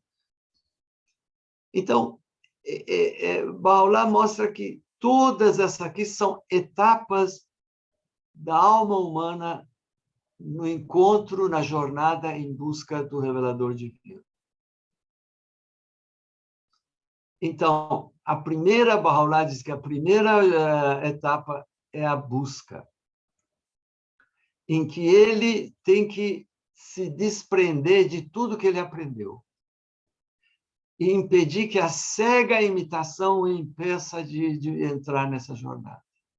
Porque exatamente os pássaros, eles estão ligados à casta deles, à natureza inferior deles, e eles não querem participar dessa jornada. E nós somos ligados à nossa natureza inferior, de ganância, de vaidade, de orgulho e tudo mais. Que tem que, e também as nossas raízes, vamos dizer, culturais. Ah, não, eu sou fulano, eu sou de tal religião, eu sou de tal divisão, eu sou de tal seita, sou de tal... e que nos impede realmente de fazer essa jornada espiritual. A segunda etapa, o segundo vale que Baha'u'lláh descreve é o do Ishq, é do amor divino. É lindo esse vale, em que há uma dor e há uma busca por amor à amada. Então, ele conta a história de um louco apaixonado que ele está numa rua, de repente vem e vê que os guardas estão perseguindo, ele estava em busca da amada dele, os guardas perseguem, ele diz, oh, meu Deus, você mandou Satanás para me matar, por quê? O que eu te fiz?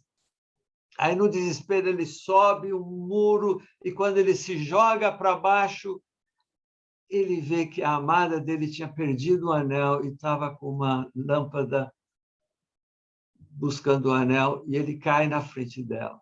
Aí diz assim, oh, meu Deus, vocês são anjos do céu que vocês me guiaram para a amada. Então, Baha'u'lláh quer dar exemplo de que, através da dor e sofrimento da busca, que a gente chega ao bem-amado, ao amigo, àquela revelação suprema de Deus.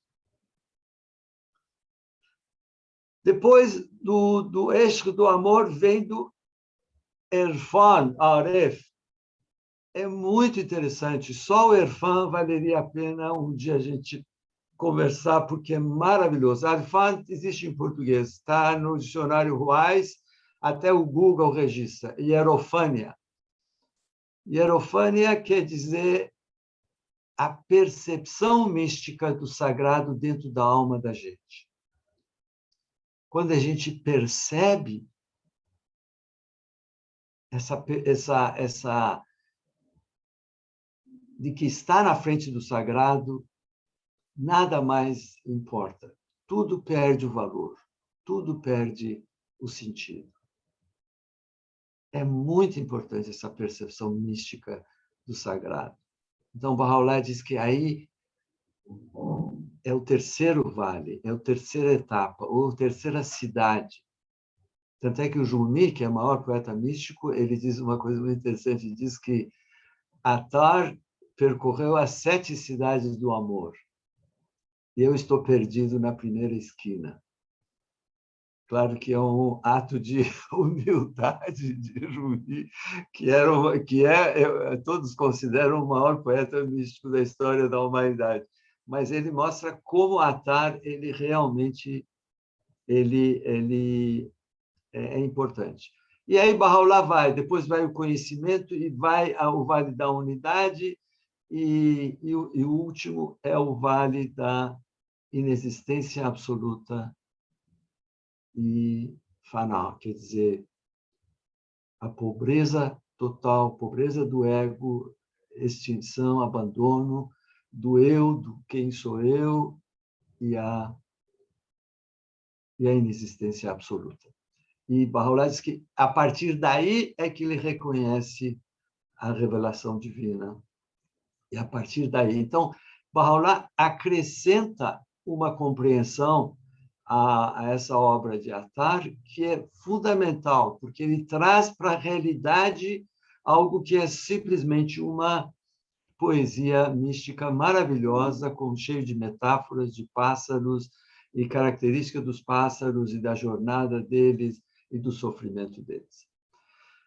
Bom, pessoal, mil perdões por ter cansado vocês, mas essa tarefa que o Sandro me deu é muito, muito, muito difícil. É uma jornada dos 7 vales, dos 30 pássaros, e dos milhares dos quais sobram só 30. Então, realmente é muito difícil, porque cada um desses vales a gente gastaria horas e horas tratando, que são maravilhosos, são coisas muito, muito impressionantes.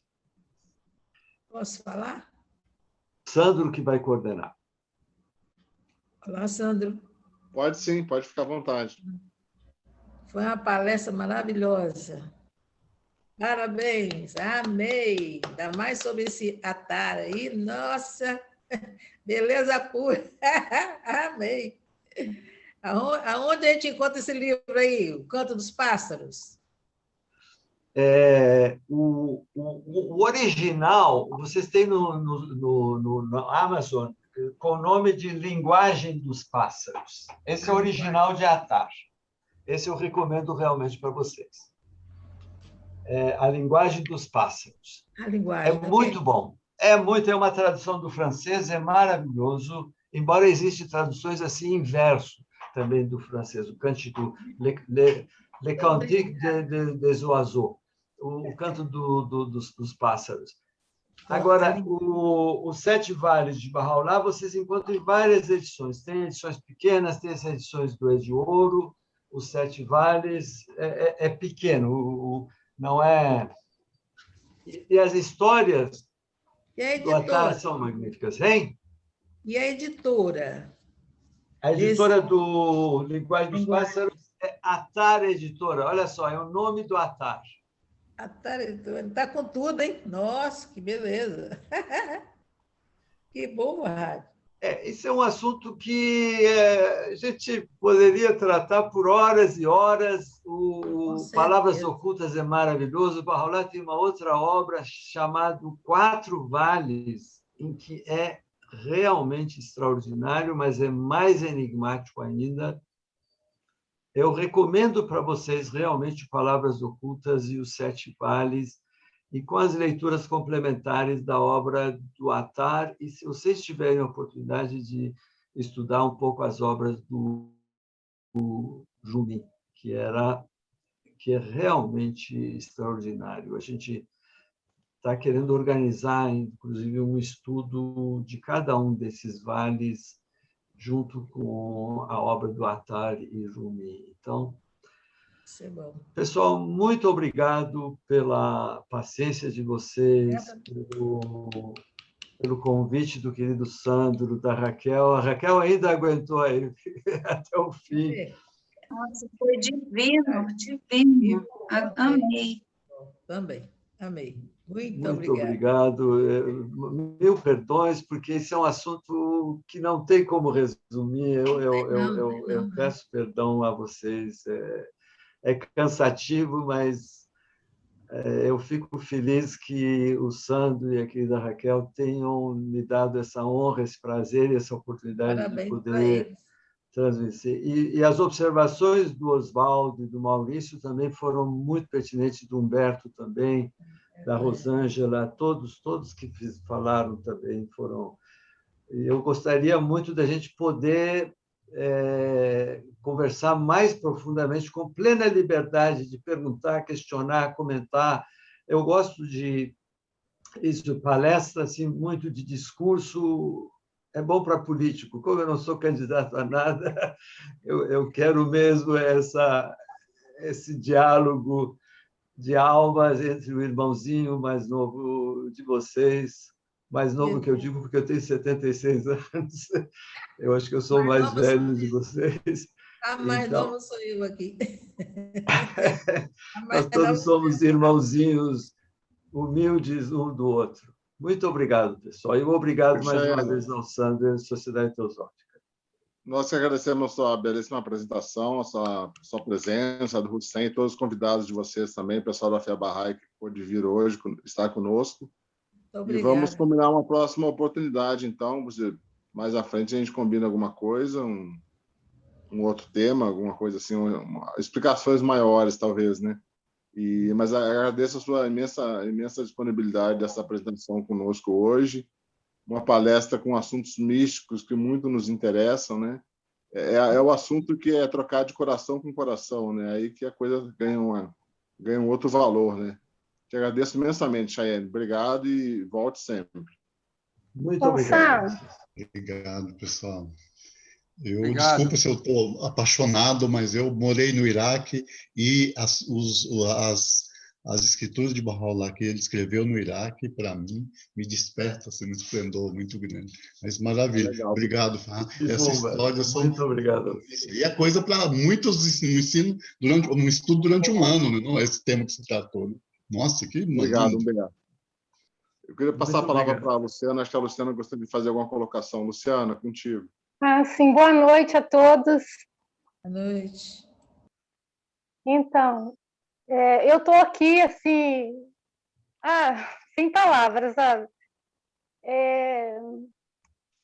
A palestra, assim, maravilhosa, e dá para perceber, assim, nós todos, né, que estamos com o coração aberto, e quando um conhecimento ele é verdadeiro, né, qualquer homem pode falar, Deus é bom, mas quando vem assim, da boca de um que é limpo, né, essas palavras elas vêm carregadas de realidade, né, e elas perpetuam, né, o tempo, o espaço, e chega um momento que ela toca.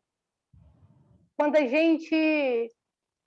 a humanidade estiver preparada, né, acompanhando esse raciocínio, acho assim que tudo se traduz nessa necessidade biológica mesmo que a gente tem de compreender o plano de Deus para com todos nós, né, para com todas as criaturas. Eu fiquei muito tocada porque eu não conhecia, para mim assim é novo. E ontem eu estava estudando sufismo, que eu gosto demais. E, nossa, para mim, assim, maravilhoso, tá? Eu agradeço a Deus, porque é Deus que coloca esses conhecimentos na nossa vida, na vida de todos, né? Não somos nós. A gente tem que estar aberto, porque a gente é tocado. Muito obrigada, tá?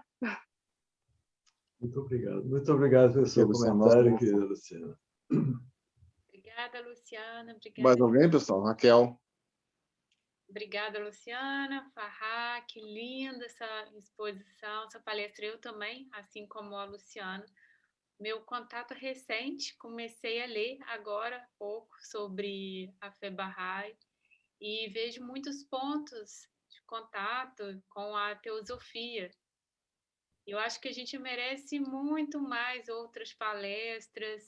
Essa parte que o senhor tocou agora sobre a parte mística, né? O senhor falou da poesia, dos livros.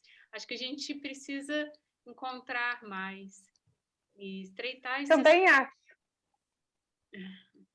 Eu tenho várias perguntas, mas eu vou deixar reservado para um próximo encontro.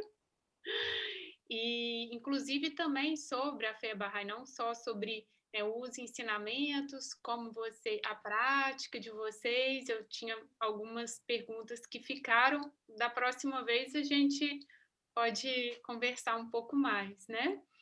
Eu gostaria de saber se algum irmão gostaria de fazer uma colocação e também se o Zé Jorge gostaria de, ao final, encerrar com o nosso mantra da unidade da Annie Besant, que é um poema da Annie Besant, que ela foi uma ex-presidente da Sociedade Teosófica.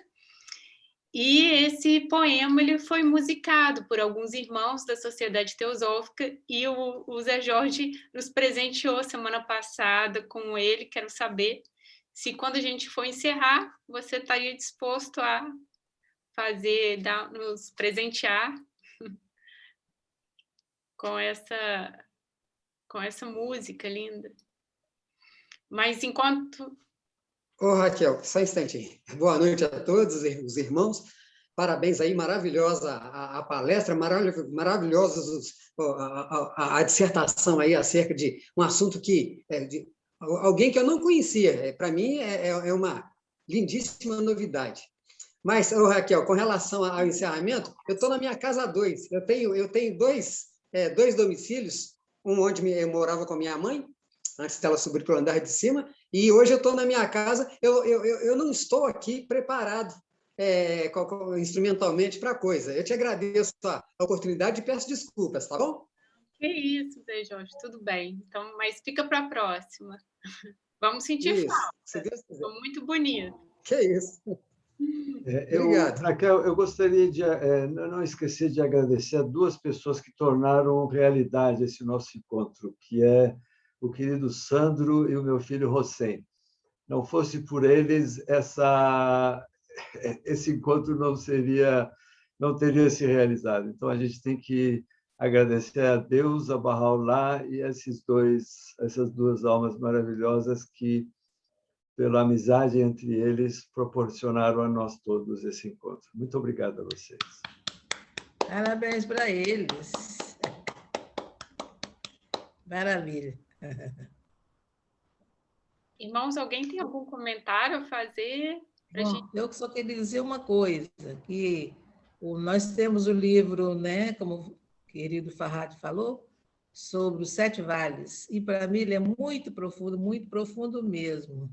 Até hoje, estou parado no primeiro vale.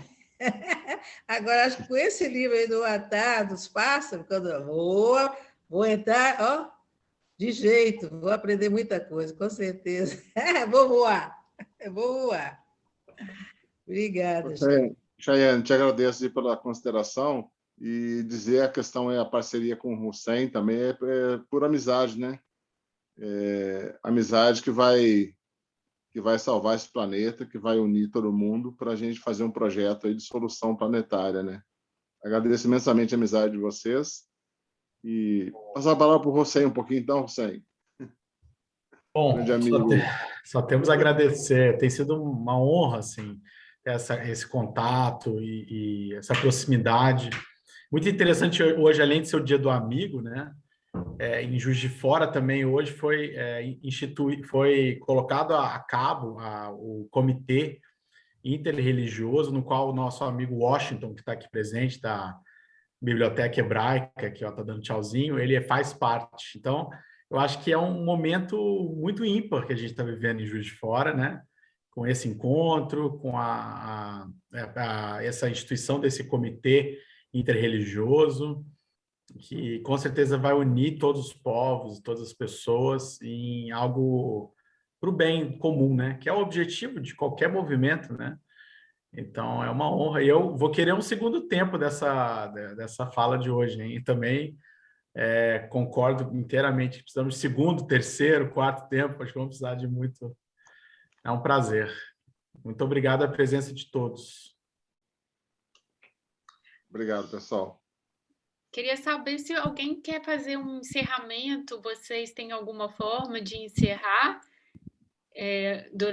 nas palestras de vocês, alguma forma especial, com alguma meditação?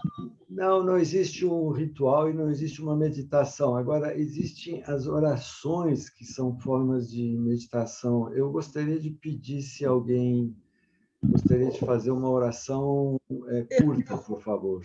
Eu gostaria de fazer, aqui é Giovanni que está falando, recitar a primeira, já que falou na Palavras Ocultas de Bahá'u'lláh, eu gostaria de compartilhar com vocês essa primeira palavra oculta de Bahá'u'lláh, que é como se fosse uma síntese, né? Em todas as palavras ocultas de Bahá'u'lláh há um significado místico que tem uma síntese de todas as revelações divinas, né? Então diz assim: ó Filho do Espírito, meu primeiro conselho é este: possui um coração puro, bondoso e radiante, para que tua seja uma soberania antiga, imperecível e eterna. Muito bom. Se possível, se tiver tempo, como hoje é dia do amigo, também gostaria de entoar uma palavra oculta de Bahá'u'lláh que se fala, ó amigo. Pode ser? Sim. Ó amigo. Ó amigo, no jardim do teu coração, nada plantes, salva a rosa do amor. E não te desprendas do roxinol, do afeto e do desejo. Estima a companhia dos justos e evita toda associação com os ímpios.